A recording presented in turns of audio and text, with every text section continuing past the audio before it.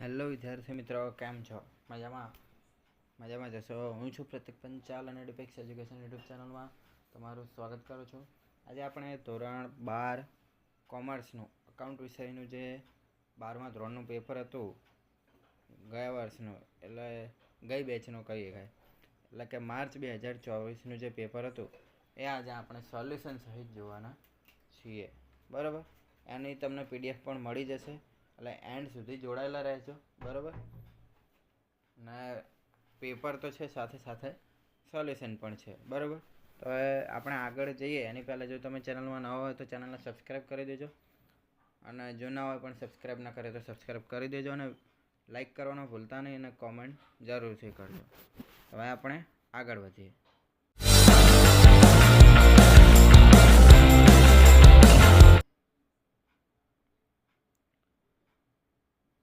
સૌપ્રથમ તો તમને જણાવી દઉં કે જે તમારું પેપર હશે એ ટોટલ 6 સેક્શનમાં હશે. બરાબર, ABCDE અને F. બાકી બ્લુ પ્રિન્ટ તો તમને આપેલી છે, એ અનુસાર જ પેપર છે. બરાબર, આ રીતે તમને ઇન્સ્ટ્રક્શન આપેલી હોય અને સૌથી ઉપર વિષયનો કોડ લખેલો હશે, એ પ્રમાણે તમારે કરવાનું. બરાબર, હવે આપણે પહેલું જોઈએ તો કે વિભાગ એની અંદર તમને 20 પ્રશ્નો હશે, પ્રત્યેકનો 1 ગુણ હશે. MCQ છે. હવે આપણે સવાલ વાંચીએ કે ભાગીદારોના ઉપર પરનું વ્યાજ ભાગીદાર માટે શું છે. બરાબર, તો ભાગીદારોના ઉપર પરનું વ્યાજ ભાગીદાર માટે ખર્ચ કહેવાય, કેમ કે ભાગીદારે જે પેઢી પાસેથી ઉપાડ લીધો હતો, બરાબર, તો એની ઉપર એણે વ્યાજ આપવું પડે, એટલે વ્યાજ એ પોતાના પૈસામાંથી આપશે, એટલે ભાગીદારને તો ખર્ચ જ ગણાય. બરાબર, ત્યારબાદ છે કે A, B અને Cનું નફા નુકસાનનું પ્રમાણ 3:2:1 હોય તો વર્ષનો વહેંચણી પાત્ર નફો ₹66,000 હોય તો Cને કેટલો મળે. બરાબર, તો આની અંદર નફા નુકસાનના પ્રમાણમાં વહેંચવાનું છે, એટલે ₹11,000 આવશે. બરાબર, ત્યારબાદ છે અધિક નફો એટલે શું? તો અધિક નફો એટલે સરેરાશ નફો માઇનસ અપેક્ષિત નફો.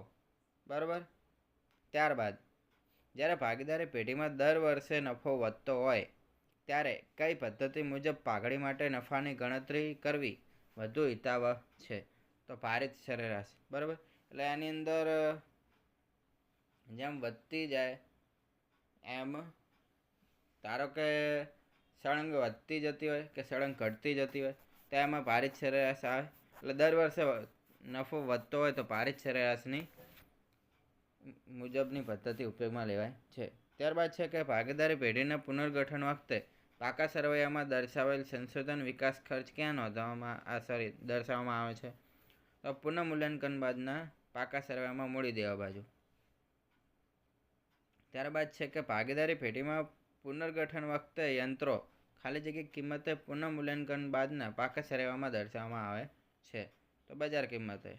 ત્યારબાદ ભાગીદારના પ્રવેશ વખતે પેઢીના પાકા સરવૈયામાં દર્શાવેલ પાઘડીની નોંધ ખાલી જગ્યા થાય છે. તો ભાગીદાર પ્રવેશ કરે છે, બરાબર, તો પાકા સરવૈયામાં જે પાઘડી હશે એની નોંધ ક્યાં થશે? બરાબર, તો હવે નવા ભાગીદારને તો કંઈ અત્યારે મળવાનું છે નહીં, કેમ કે આ જૂની પાઘડીની વાત થાય છે. તો જૂના ભાગીદારોના મૂડી ખાતે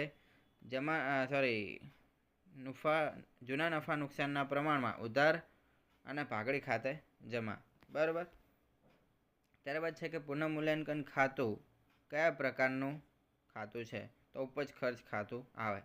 બરાબર, ત્યારબાદ છે કે પ્રોવિડન્ટ ફંડ ભાગીદારની નિવૃત્તિ વખતે ખાલી જગ્યા તરીકે નોંધાય છે, તો નવા પાકા સરવૈયામાં જવાબદારી તરીકે.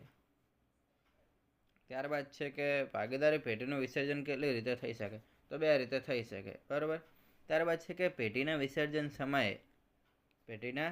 વિસર્જન સમયે નફા નુકસાન ખાતાની ઉધાર બાકી કયા ખાતે લઈ જવામાં આવે? તો ભાગીદારોના શેરમૂડી ખાતે. બરાબર, તો આ ઉધાર બાકી અને જમા બાકી એક મસ્ત કોન્સેપ્ટ છે.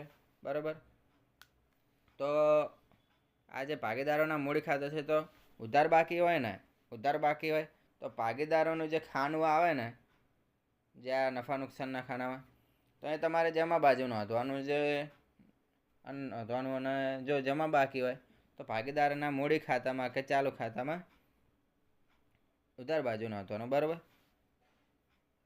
એ તો આપણે દાખલો ચલાવશું કે મૂકશું એટલે તમને સમજાઈ જશે. બાકી તમે સ્કૂલમાં કે ટ્યુશનમાં ભણતા જ હશો. ત્યારબાદ છે કે નીચેનામાંથી કઈ મૂડી કંપનીના પાકા સરવાળામાં શેર મૂડીના શીર્ષક હેઠળ દર્શાવવામાં આવતી નથી? બરાબર. તો અનામત મૂડી, કેમ કે સત્તાવાર મૂડી હોય છે, બહાર પાડેલી મૂડી હોય છે અને ભરાયેલી મૂડી પણ હોય છે, પરંતુ અનામત મૂડી હોતી નથી. ત્યારબાદ છે કે ભારતમાં સેબીની સ્થાપના કયા વર્ષમાં થઈ હતી? તો 1991. હવે 1991માં શા માટે થઈ અને સેબીની સ્થાપના શા માટે થઈ? તો જે હર્ષદ મહેતાવાળું સ્કેમ છે એ થયું, ત્યારબાદ આ 1991માં સેબીની સ્થાપના થઈ ને હર્ષદ મહેતા પકડાણો. એટલે એ તમને સમજમાં આવે એટલે ને તમને યાદ રહે એટલે તમને આ કહાની કીધી છે. એટલે 1991માં થઈ હતી સ્થાપના. ત્યારબાદ છે કે ડિબેન્ચર પ્રીમિયમથી બહાર પાડતા મળેલ પ્રીમિયમની રકમ ખાલી જગ્યા છે તો મૂડી નફો. ત્યારબાદ છે કે સામાન્ય રીતે નાણાકીય પત્રકોના વિશ્લેષણમાં કેટલી બાબતોનું વિશ્લેષણ કરવામાં આવે? તો 4 બાબતોનું. ત્યારબાદ છે કે ધંધાની ટૂંકા ગાળાની સદ્ધરતા અંગેની માહિતી ખાલી જગ્યાનું વિશ્લેષણ આપે છે. તરલતા, તો તરલતાના ગુણોત્તરોની અંદર આવે એ તમને ખબર જ છે. બરાબર. ચાલુ ગુણોત્તર હોય છે અને એક બીજો પણ હોય છે. ત્યારબાદ છે કે ચાલુ મિલકતોમાંથી કઈ મિલકત બાદ કરવાથી પ્રવાહી મિલકતો મળે છે? તો સ્ટોકને બાદ કરો એટલે પ્રવાહી મિલકતો મળી જાય. નીચેનામાંથી કયો ગુણોત્તર નફાકારકતાનો ઉપજ આધારિત ગુણોત્તર છે? તો ચોખ્ખા નફાનો ગુણોત્તર છે. નફાકારકતામાં ખાલી ચોખ્ખા નફાનો એટલે નફાના જે હોય એની અંદર છે ને ઉપજ આધારિત છે, તો ચોખ્ખા નફાનો ગુણોત્તર આવશે. ત્યારબાદ છે કે નીચેનામાંથી કયો વ્યવહાર હંમેશા કામગીરી પ્રવૃત્તિનો વ્યવહાર બને છે? તો પગારનો ખર્ચ. ત્યારબાદ નીચેનામાંથી કોનો નાણાકીય ખર્ચમાં સમાવેશ થાય? તો એ વ્યાજનો ખર્ચ. બરાબર. તો સેક્શન એ આપણો પતી ગયો. સેક્શન બીની અંદર તમને આ રીતે પ્રશ્નો આપેલા છે અને નેક્સ્ટ પેજમાં આપણે જવાબ લખેલા છે. તો પહેલાં આપણે સવાલ વાંચીએ, ત્યારબાદ જવાબ વાંચશું. તો ભાગડી પાકા સરવાળામાં કયા મથાળા હેઠળ દર્શાવવામાં આવે છે? તો ભાગડી બિનચાલુ મિલકતોના મથાળા હેઠળ દર્શાવવામાં આવે છે. એટલે જે આ મિલકત લેણા બાજુ છે, બરાબર, એની અંદર બિનચાલુ મિલકતોના મથાળા હેઠળ દર્શાવવામાં આવે છે. ત્યારબાદ છે કે ભાગીદારી પેઢીના એકત્રિત નફાની રકમની વહેંચણી અંગેની નમૂનાની આમનોંધ લખો. બરાબર. તો એનો જવાબ છે કે એકત્રિત નફા ખાતે ઉધાર તો ભાગીદારોના મૂડી / ચાલુ ખાતે જમા. ત્યારબાદ છે કે નિવૃત્તિ કે મૃત્યુ વખતે તે ભાગીદારને તેના ભાગની ભાગડી કોના દ્વારા આપવામાં આવે છે? તો જે જૂના ભાગીદારો હતા, એટલે ધારો કે કોઈ ભાગીદાર નિવૃત્ત થયો કે મૃત્યુ થયું, તો એના બાકીના જે ભાગીદારો હતા એ આપશે. એટલે બાકીના ભાગીદારો દ્વારા ભાગડી આપવામાં આવશે. ત્યારબાદ છે કે પેઢીના વિસર્જન સમયે વિસર્જન ખર્ચ કોણે ભોગવવાનો હોય? તો પેઢીએ ભોગવવાનો હોય છે. ત્યારબાદ ભાગીદારીનું વિસર્જનનો અર્થ લખો. આની અંદર છે કે ભાગીદારીનું વિસર્જન, ભાગીદારી પેઢીઓની નહીં. ભાગીદારીનું વિસર્જન એટલે કોઈ પણ કારણોસર કોઈ ભાગીદાર નિવૃત્ત થાય કે મૃત્યુ પામે, બરાબર, ત્યારે જે ભાગીદારીમાં ફેરફાર થાય તેને ભાગીદારીનું વિસર્જન કહેવામાં આવે છે. ત્યારબાદ છે કે જામીનગીરી પ્રીમિયમ અનામત ખાતો કયા પાકા સરવાળામાં ક્યાં દર્શાવવામાં આવે છે? તો એનો જવાબ છે કે મૂડી દેવા બાજુ. ત્યારબાદ વ્યાજ આવરણ ગુણોત્તર શું દર્શાવે છે?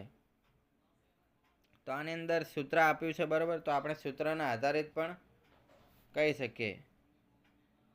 એટલે કદાચ જો જવાબ બીજો આવતો બીજો કદાચ, બાકી જો તમે સૂત્ર લખો તો એ લગભગ માર્ક તમને આપી દેશે. વ્યાજ અને વેરા પહેલાંનો નફો અપન લાંબા ગાળાના દેવાનું વ્યાજ બરાબર વ્યાજ આવરણ ગુણોત્તર. બરાબર.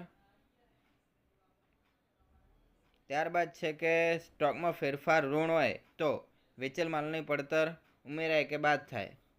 તો બાદ થાય. બરાબર. ત્યારબાદ છે કે રોકડ પ્રવાહ પત્રક એટલે શું? તો આનો જવાબ પણ આપણે લખેલો છે કે વર્ષ દરમિયાન વિવિધ પ્રવૃત્તિઓમાંથી ઉદ્ભવતા રોકડ પ્રવાહની સમજૂતી આપતું પત્રક એટલે રોકડ પ્રવાહ પત્રક. અને છેલ્લો પ્રશ્ન છે, સ્વનિર્મિત મિલકતો ક્યાં નોંધવામાં આવે છે? તો સ્વનિર્મિત મિલકતો રોકાણની પ્રવૃત્તિમાં નોંધાય છે.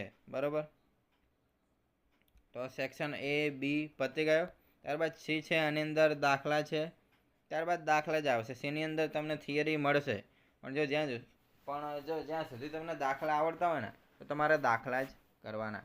બરાબર, તો પહેલાંની અંદર તો તમારે ભૂલ સુધારણા નોંધ છે કે ઉપર પર વ્યાજ ગણવાનું રહી ગયું છે, તો એ ગણવાનું છે. બરાબર, તો આ સહેલામાં સહેલો દાખલો છે, ખાલી નામ બદલેલા છે અને થોડી રકમ બદલેલી છે.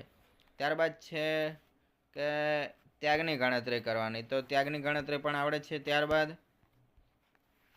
આની અંદર જો તમને થિયરી દર્શાવવામાં આવી. ત્યારબાદ છે કે વિસર્જનના સંજોગોમાં થતી આમનોંધ લખો, તો ભાગીદારીનું વિસર્જન ચેપ્ટરનો આ ક્વેશ્ચન છે. બરાબર, 3 ક્વેશ્ચન તમને આપેલા છે.